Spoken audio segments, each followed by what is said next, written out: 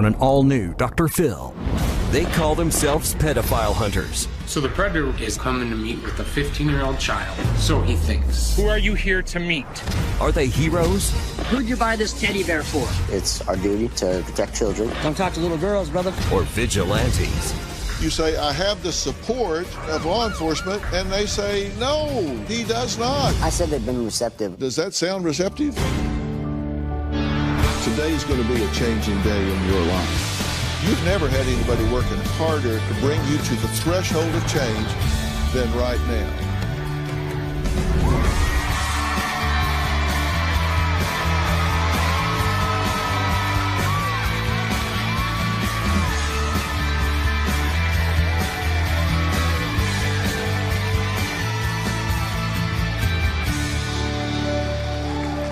Well, you talk about parents' worst nightmares, and here's one. Their child falling into the hands of an online pedophile.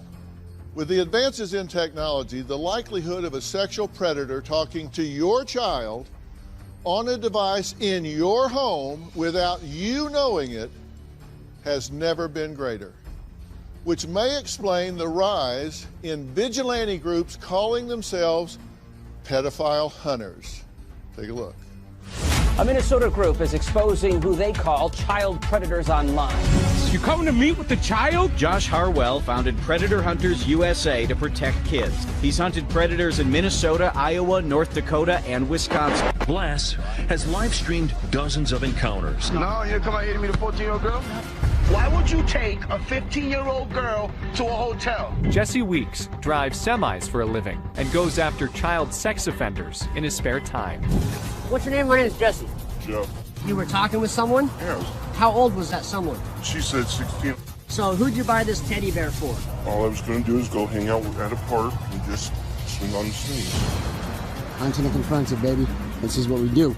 He started the Facebook group Hunted and Confronted. Don't talk to little girls, brother. Live stream stings are now a thing, whether police like it or not.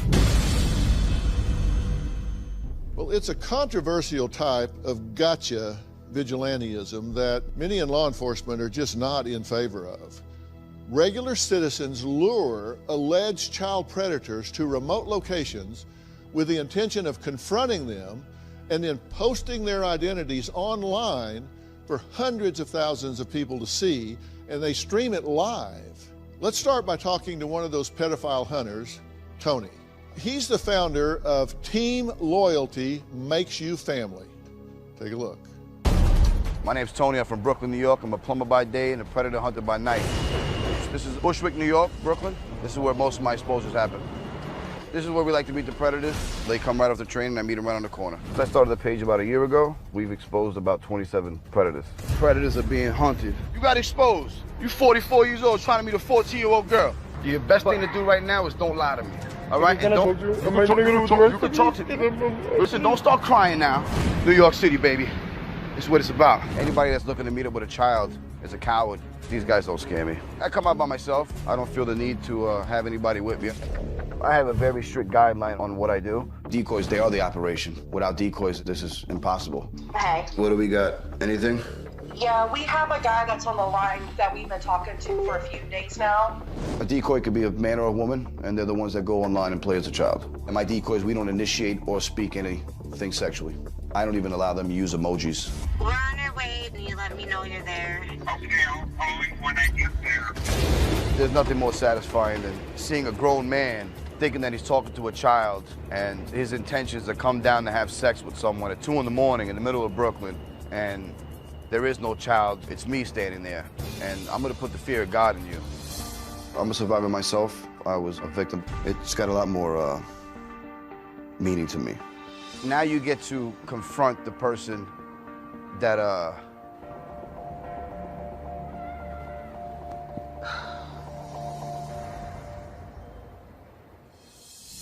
law enforcement's a joke when it comes to this.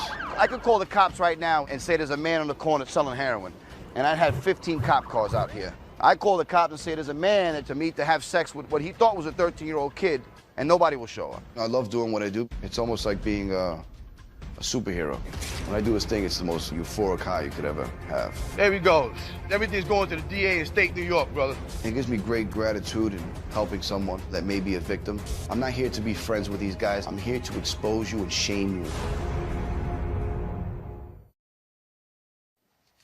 Well, Tony is a plumber. He's the father of 2 children. And Tony, as you were saying, your motivation here is clear. You've been on the bad end of this because you were a victim as a child, right? Yes. And I'm very sorry about that, by the way. So you get satisfaction. It's curative for you. It's cathartic for you to do this. Yeah, it's almost like psychiatry, I guess you'd call it. So what is your method of pedophile hunting? How do you do this? It's very simple. You know, we post ads on a lot of different platforms. We'll say, you know, we're 19 or 20 because we can't make a profile being age of 13 or 14.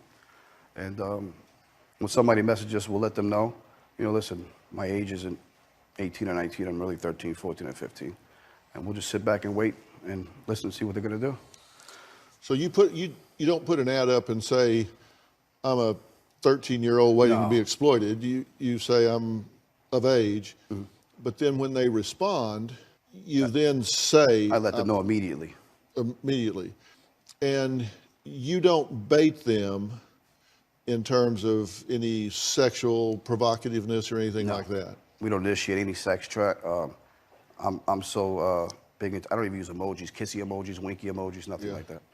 Okay, and you say decoys that talk to them, they need to talk to them for at least 2 weeks. Yes.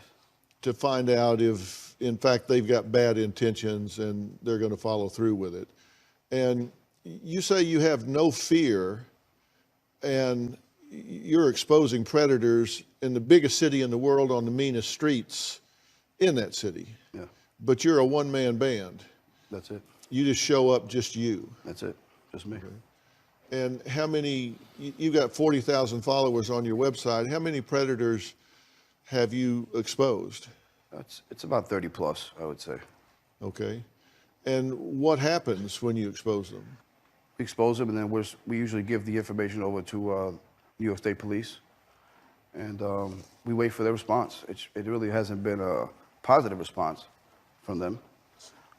We had more luck when we busted a New York City school teacher, which I think all these guys should be treated the same. It shouldn't matter what status you are. Are you worried about your safety when you're out there? No. Because these are I mean, our producer was out there with you, and their car got burglarized while they were shooting with you. That's true. Yeah, we actually chased the guy down. His pants fell. He dropped all the stuff, but they got their stuff back. Yeah, but they chased him down the street.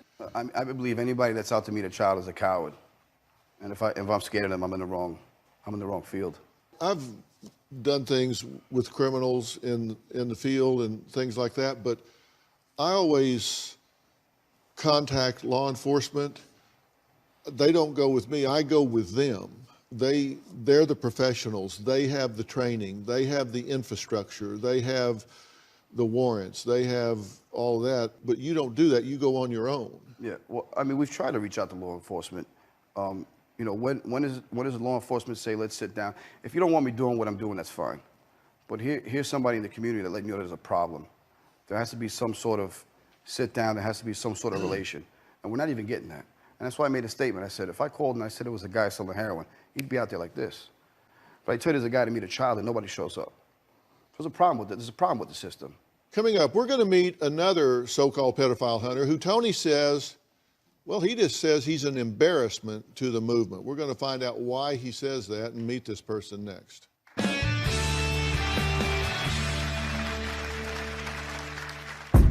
She's talking to a 28-year-old male who thinks that she's 14. Going to be bus number 201. Around 6:15 is when we should be expecting him to be pulling up. All right, decoy, see if we can get him out of the car. I got eyes on him right now. He is here. And later... I'm recording for your safety and mine. You don't know who I am. My name's Jess. You want to lie to me? You're not go over to me, right in my truck. I just pulled across the traffic. You want to lie about your alcohol? I have 20 1,000+ views in less than 24 hours. I bust predators. Monday, she blames herself for her baby's death. Ever since I lost my daughter, I put myself in erratic situations. But is her high-risk behavior? You actually destroyed your apartment, right? I smashed all the dishes, I ripped up the carpet, burned holes. It's uncontrollable. Driving her husband away. I have been with another woman. Well, other woman or other women? Woman. If you're not going to be honest, then this is just a waste of time.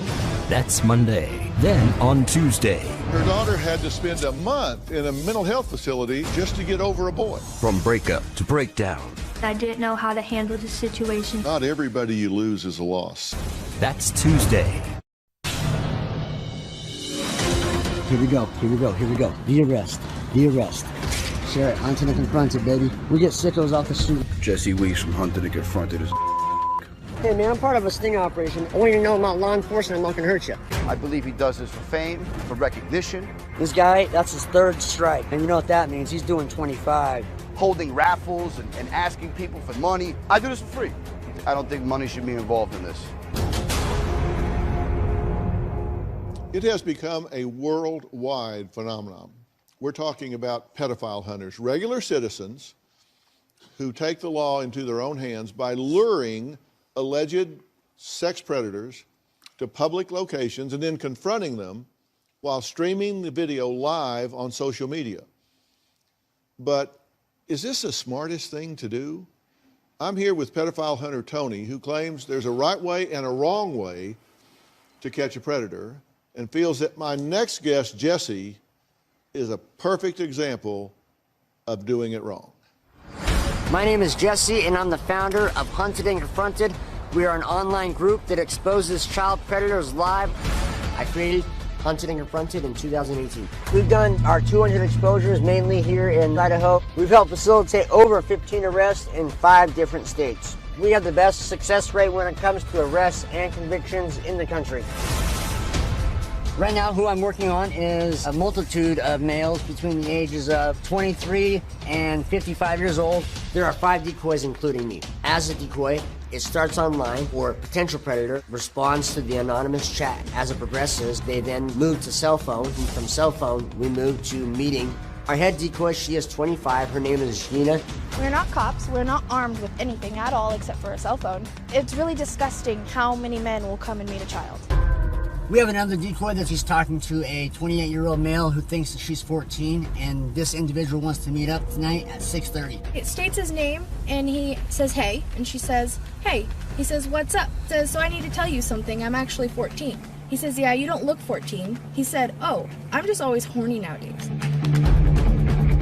Going to be bus number 201, 6 o'clock, around 6:15 is when we should be expecting him to be pulling up. Hunted and confronted. So right now we're on our way to go expose the child predator, and this is where I go live. Once I hit that button there, when the live stream begins, the whole point of this is to get his face, expose him. This man has sent some sexually explicit pictures and has been very crude and vile. Red flag for me is that he got discharged from the Army for behavioral issues. You know, I'm not too sure how he's going to react. This work that we do excites me. My adrenaline is always pumping before an exposure. Our target has shown up. All right, decoy, see if we can get him out of the car. I got eyes on him right now. He is here. All right, guys, here we go. I'm Jesse. What's your name? I'm part of a well-orchestrated civilian team across the country, but we've helped facilitate many arrests with law enforcement, okay? So the more fair you are with me through this process, the more fair I'll be with you, okay? And how old are you? 28. You're 28 years old. Okay, so why do you think you're sitting here talking to me, Dave? Because of the text message that I got. It said I look like I'm 20, but I'm actually 14. She told you at the age, right? 14. Thanks for being honest. You were being very sexual with her, too. I mean, why would you say you want sex while driving from a 14-year-old child? There's nothing that's okay with that. Yeah, did you bring condoms? Yes. My intent today was to have sex. With what? With a 14-year-old girl, and I admit to it, I was wrong. How does this experience make you feel? About the size of an ant? Smaller than that. Yeah, smaller than that. Make this a learning experience that you'll never forget. Drive safe. The bus went amazing. It's testy. It is. I mean, it's It gets you going, your hands are shaking.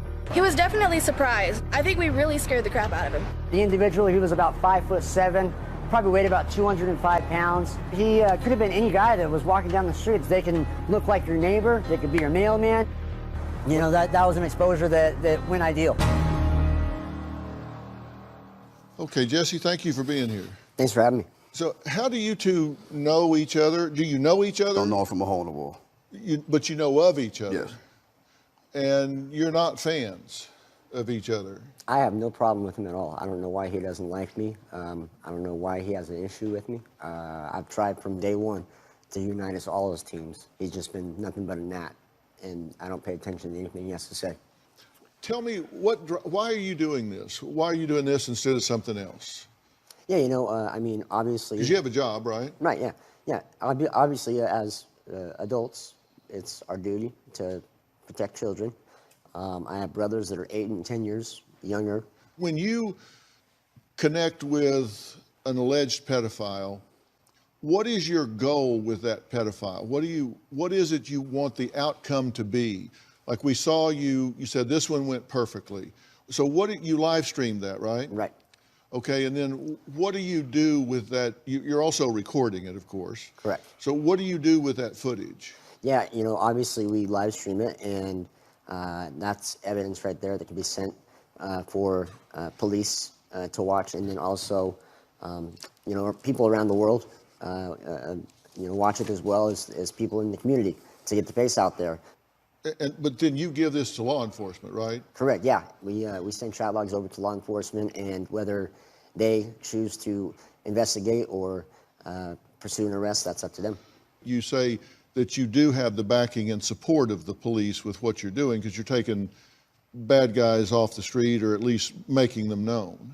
Right, we've had 15 arrests and then as well as multiple convictions, so they've been receptive. So what's your problem with... Dude's all in for the views. I mean, it's clear as day. I like to call it a crap show. It's a crap show. That's what I think it is. I think it's a mockery of victims and survivors. Well, you just think it's all for show. I think it's all for show. I mean, I've heard him say, you know, if we don't get 500 views, I'm not going to go live and expose this guy. Or if I don't get 1,000 shares, we're not going to go live and expose this guy. It shouldn't matter how many people are watching. It matters how many people see it at the end. That's what matters. You say you don't accept donations, but this is a post where you ask followers for money, so you do take donations. We don't do that. Yeah, you do. It's up right there. And later... We've been waiting for about an hour and a half for the predator to arrive. He is now switching the location, so we are going to be heading to a new location. It's not uncommon. These predators will change the location. He wants to be in control. Our decoy just sent us the call recorded between the two of them. Once you get to you need to send me a picture so we know you're actually there. I will get you there.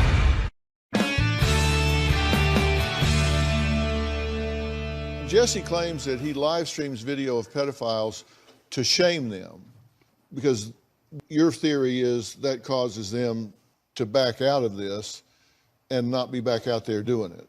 Not necessarily shame, you know, just to get his face out for the public to be aware. You know, for example, one of our arrests in Greeley, Colorado, he is still incarcerated, and he was a 2-time sexual offender and also failed to register twice. You know, and a week after he spent 8 years in prison, he came and did the same thing.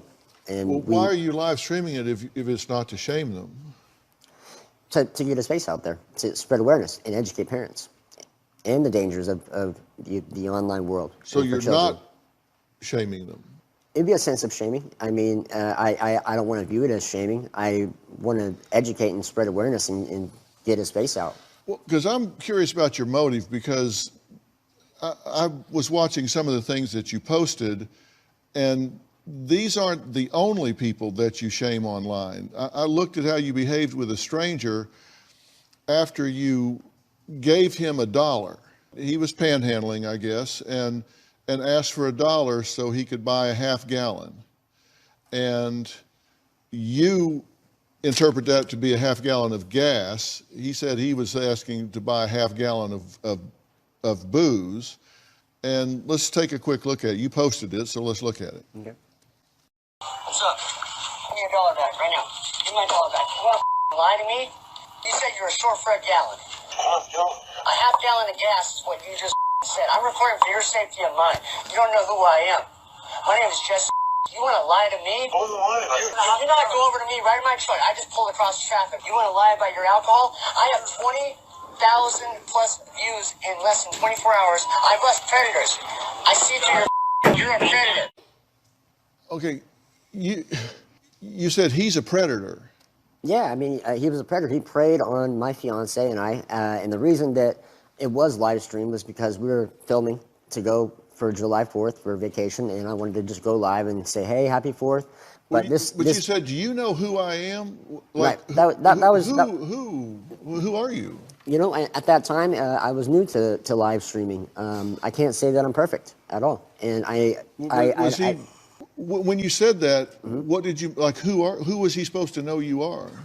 He didn't. I just told him my name, and I let him know that he preyed on people that were trying to be kind. He did say he wanted a half gallon of gas. I asked him if he would come over to my side of the window.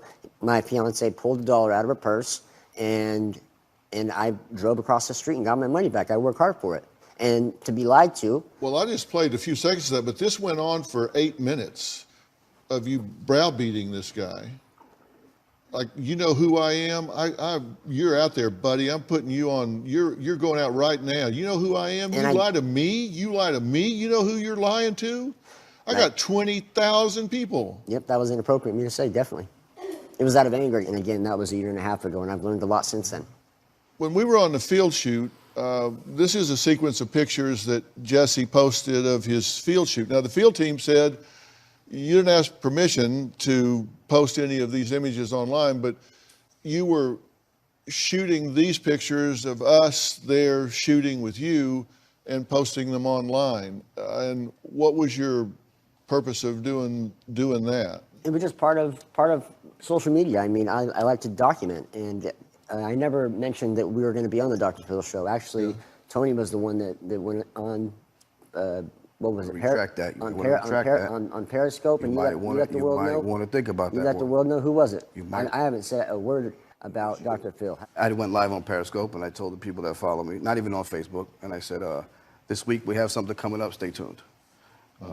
He decided to go live that same day, and said, if it wasn't for me, this wouldn't all be happening, and I'm the one that suggested them, and I should be getting all the credit, and we're going to the Dr. Phil show. Do you collect money for this in any way? No, I have asked on maybe 2 occasions for decoy phones, and we've had our PayPal up for maybe 3 weeks most throughout it, but for the last 1.5 years, no, we haven't on this. Well, here's an audio recording of Jesse telling our producing team that he does not accept donations.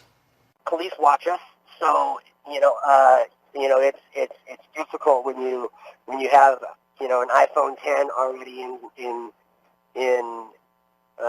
evidence, and then having other multiple phones in evidence, and us being not nonprofit, but we don't accept donations. We don't have merchandise out yet or anything like that. Well, you say you don't accept donations, but this is a post from Hunted and Confronted social media page where you ask followers for money to buy new phones, clothing, and a camera to film exposures. Right. And you do take donations. And it was an accident. I meant to post it on my personal account. Hunted and Confronted was there, and that was one post that we did have. Throughout all the other posts of the last 1.5 years, that was the second time that we have asked for decoy phones. But to have our PayPals up or anything like that, we don't do that. We don't have our PayPal up. Well, yeah, you do. It's up right there. Well, it's a post. It's a post, though.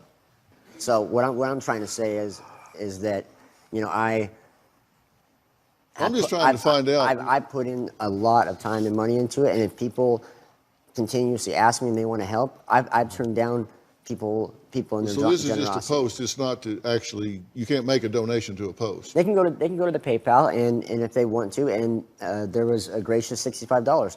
I asked Tony, are you worried for your safety? Oh, always. Yeah, that's always.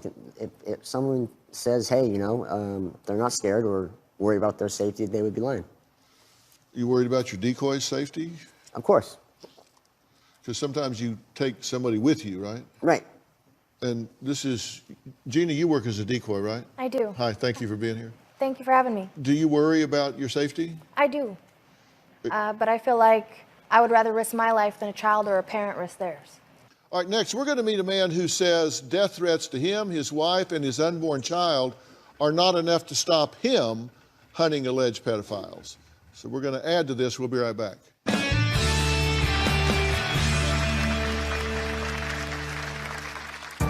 So the predator we're going to meet tonight is a 34-year-old male coming to meet with a 15-year-old child. So he thinks. We got eyes on him. I am going to go approach him now. Who are you here to meet? And later, you said you had their support and that they were right behind you and really with you. That does not sound like that to me at all. I said they've been receptive. We've had ICAC reach out to us. Does that sound receptive?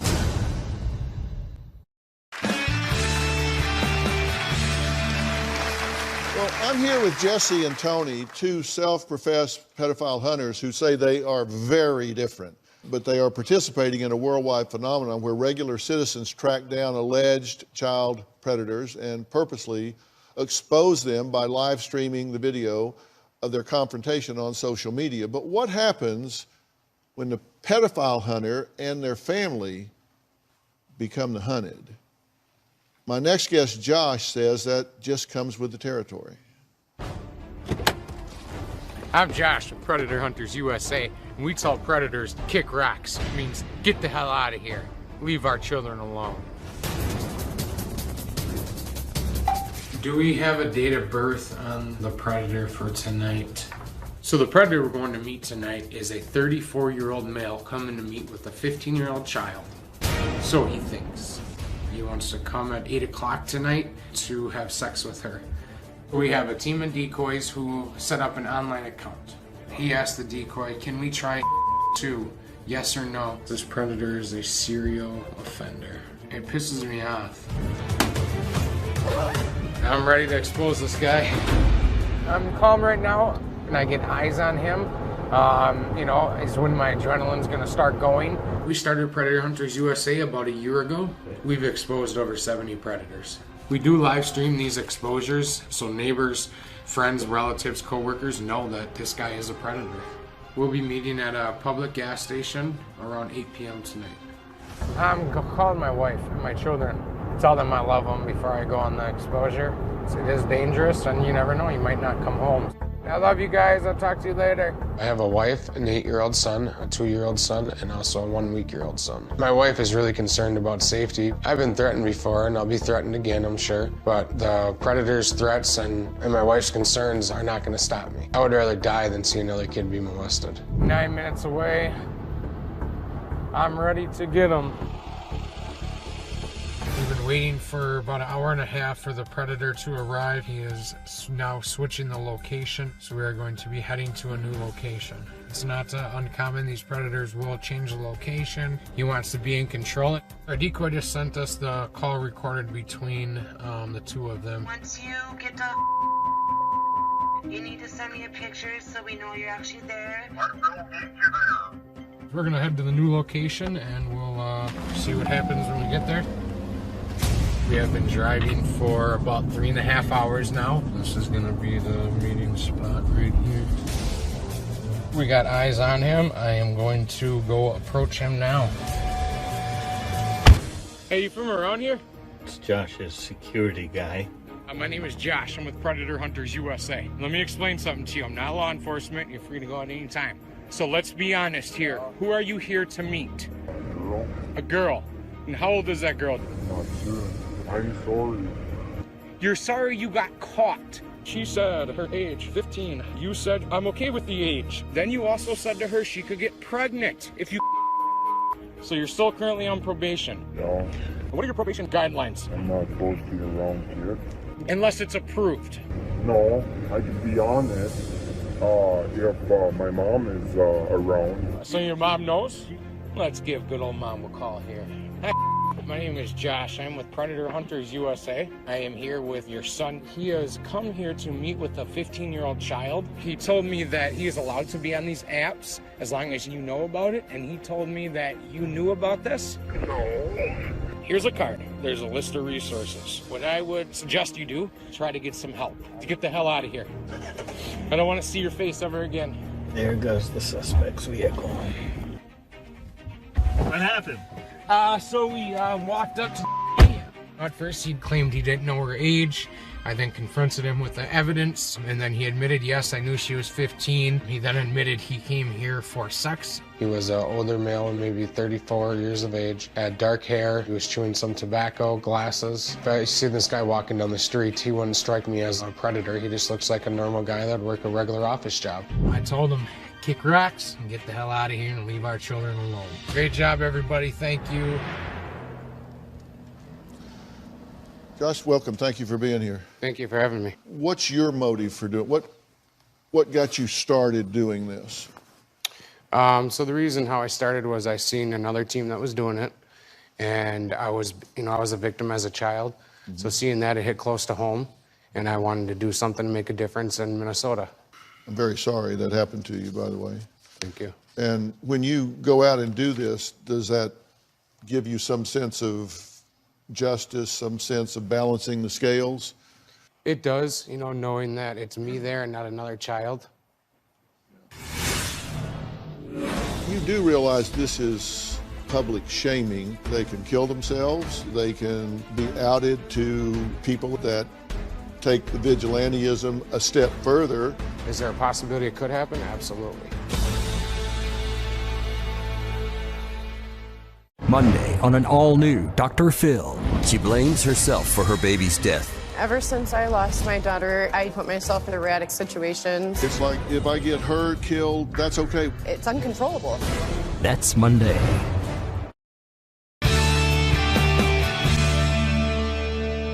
You do realize there's no other way to paint this other than it's public shaming. That's the mechanism by which you try to get these guys to back off and not do this anymore, right? Correct. And do you worry about the consequences of public shaming? I do, and that's why I give them a card with a list of resources, so that way if they need help, they can get help. It also alerts people to who they are, and they can go over there and take retribution.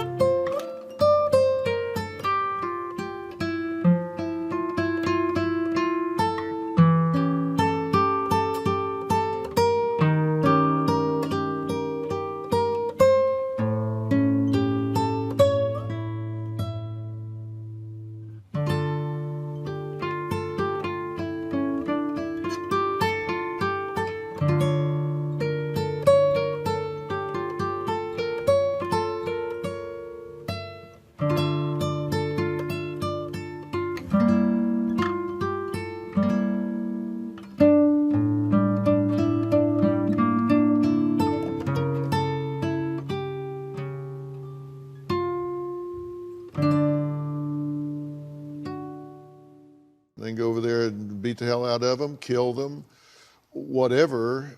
And so with public shaming, they can kill themselves, they can be outed to people in the neighborhood that take the vigilantism a step further and do personal harm to them or their family or their dwelling or whatever. Do you ever worry about that kind of thing? You know, I tell them in every video to, you know, leave the predator alone, not to contact their family. We'll turn everything over to law enforcement and let law enforcement handle it. Is there a possibility it could happen? Absolutely. Yeah. But is there a possibility a child could get hurt that if they were to show up to meet with that predator? Absolutely. Do you have the cooperation of law enforcement like Jesse does? We have a huge backing of law enforcement in Minnesota. Really? Yes. So how many convictions have you had? I believe we have a couple actual convictions, and then we have, you know, a lot that are in the works. We just got on board with Minnesota Human and Trafficking Division, who's going to, you know, start working cases that maybe were turned down at a local level.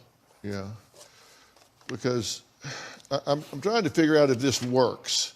Jesse, you said you've had 15 convictions, but a whole lot more in the works, right?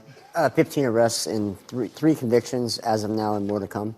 You have a team of 7. You've done 200 stings, and you say 2 convictions, but 15 arrests.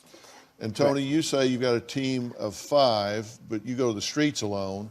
You've done 27 stings and no convictions yet. And Josh, you say you have a team of 20. You've done 100 stings and no convictions yet.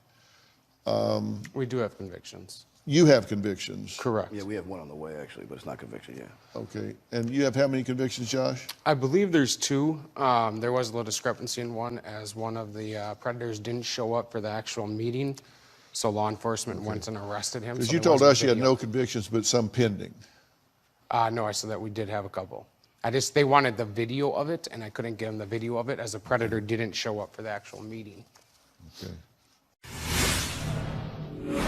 You say, I have the support and cooperation of law enforcement. I found that really hard to believe. So I did contact law enforcement in your area. Season 18 is underway. All we need is you. If you're going to be in the Los Angeles area and want to watch a live taping, visit drphil.com and click tickets. Tickets are free, and I hope to see you soon. You say you have cooperation of law enforcement, that they support what you're doing. And I found that really hard to believe, because I do work with law enforcement, and investigators, detectives that would do this kind of work would be very experienced, very sophisticated detectives. These wouldn't be first, second, third year detectives. These would be people with a lot of seasoning, specialized training. I found it hard to believe. So I did contact law enforcement in your area. Captain Greg McLean from the Internet Crimes Against Children Unit from the Post Falls Police Department in Idaho gave us this statement. Jesse does not have the skills or ability to successfully build a case against alleged predators. We have multi-jurisdictional department of trained professionals who specialize in this very complex area of the law. Jesse is making it more difficult for law enforcement by making these offenders more paranoid. Our task force has a great prosecution rate where Jesse does not. I want to emphasize how dangerous it is for Jesse to be doing this. There are many documented incidences where the suspect is armed or commits suicide after being confronted. It would be better if Jesse left it to us to deal with this issue. You said you had their support and that they were right behind you and really with you. That does not sound like that to me at all. I said they've been receptive. We've had ICAC reach out to us. Does that sound receptive? They're receptive in sense of us on scene, having them come. And, you know, in fact, Gina and I got pulled over just for a police officer to shake his hand or shake our hand and say from a paternal standpoint, he thanks us, you know. So I understand, and I can see where internet crimes against children is coming from with that. Travis Benson, you know, he was in prison 8 years, and he's back in jail after we confronted him. 28 individuals that we've already confronted on different sites using different pictures. Once we get to the age, which we usually do on the third message, out of those 28 individuals, 27 have blocked and have not communicated with the young girl. I'm trying to figure out what's going on, because you say we don't solicit or take donations, and then I see PayPal links up on your site where you do ask for and have a mechanism for taking donations. You say, I have the support and cooperation of law enforcement, so I contact law enforcement, and they say, no, he does not. He should leave this alone. He's making our job harder. He should not be doing this. You say, oh yeah, they're right behind me here. They're supporting me. They've been receptive with us. That's all I can say with arresting individuals, with taking our chat logs and the videos as well. You know. But you can read, right? Yeah, of course. And you can hear. Right. What do you say about this? I can see their concerns. You know, I definitely can. You see the last line, it would be better if Jesse would leave this to us. Let us deal with this issue. I'm sure that you know, a lot of different law enforcement agencies would say the same, you know? So I just know that what we do is educate and spread awareness, and we take a passion to it. We've worked our butts off, and I'm darn proud of our team. So you don't care what law enforcement thinks? I know that we're not. They say you should leave it to them. I do care, but I know that we're not breaking any laws by doing so. Coming up, we meet with the man who claims to have started the online pedophile hunter phenomenon. He claims he quit hunting after a late-night sting nearly ended his life. He's here with a very stern warning. We'll be right back.